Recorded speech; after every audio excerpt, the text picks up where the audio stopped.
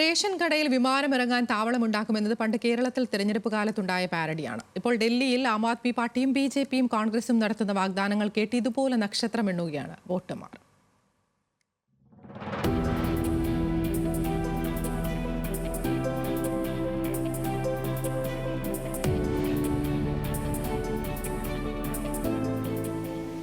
BJP അധികാരത്തിൽ വന്നാൽ ഡൽഹിയിൽ ഓരോ പാചകവാതക സിലിണ്ടറിനും 500 രൂപ സബ്സിഡി. ഹോളിക്കും ദീപാവലിക്കും സൗജന്യമായി ഓരോ സിലിണ്ടർ. സ്ത്രീകൾക്ക് മാസം 2500.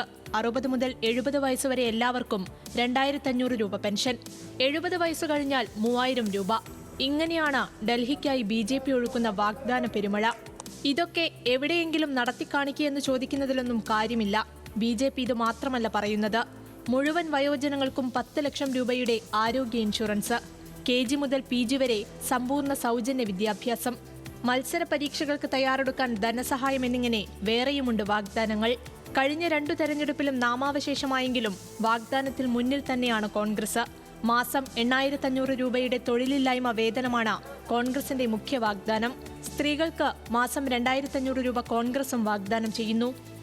ആം ആദ്മി പാർട്ടിയും ബിജെപിയും മാസം 200 യൂണിറ്റ് വരെ വൈദ്യുതിയാണ് സൗജന്യമായി വാഗ്ദാനം ചെയ്യുന്നതെങ്കിൽ കോൺഗ്രസ് അത് 300 യൂണിറ്റ് ആക്കുന്നു. കോൺഗ്രസ് പറയുന്ന ആരോഗ്യ ഇൻഷുറൻസ് 25 ലക്ഷം രൂപയുടേതാണ്. ഒപ്പം ഓരോ പാചകവാതക സിലിണ്ടറിനും 500 രൂപയുടെ സബ്സിഡി വാഗ്ദാനവുമുണ്ട്. ആം ആദ്മി പാർട്ടി 11 വർഷം ഭരിച്ചതാണെങ്കിലും പുതിയ വാഗ്ദാനങ്ങൾക്ക് കുറവില്ല. തലസ്ഥാനത്തെ മുഴുവൻ ചെറുപ്പക്കാർക്കും ജോലിയാണ് ആം ആദ്മി പാർട്ടിയുടെ മുഖ്യ വാഗ്ദാനം.